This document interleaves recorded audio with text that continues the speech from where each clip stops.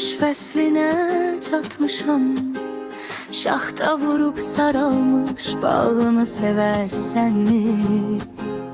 Qoşa hörüklər yoxdur, saçlarıma qar yağır, yenə də tumarlayıb bağını sevərsənmi? Hansı naşı rəssamsa üzümə qırış çəkir, bir zalım gülzarıma tikan sarmaşıq əkir.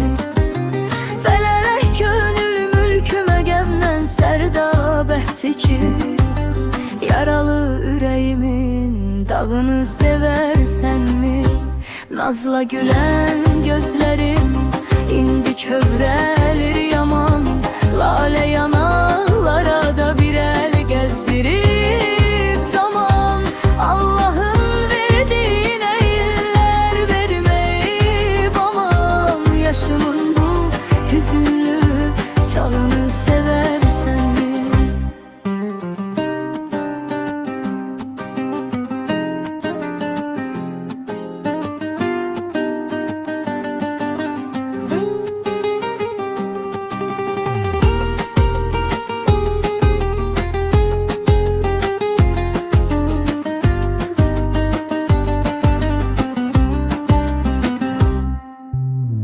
Gülüşümə aşıqdın, gülə bilmirəm daha.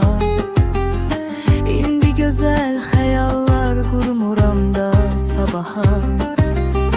Gördüyün o mələyi sanki udub əjdaha, tilsimlənmiş solunu sağını sevərsənmi?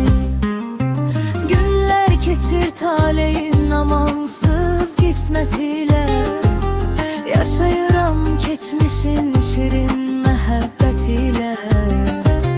Barışıb yaranışın acı həqiqət ilə, bu gileyli deyingən qarını sevərsənmi?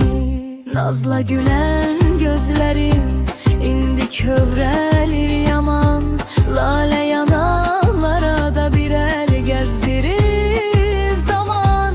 Allahın verdiyinə illər verməyib aman, yaşımın bu hüzünlü çağını sevərsənmi? Nazla gülən gözlərim indi kövrəlir yaman, lalə yanaqlara da bir əl gəzdirib zaman. Allahın verdiyinə illər verməyib aman, yaşımın bu hüzünlü çağını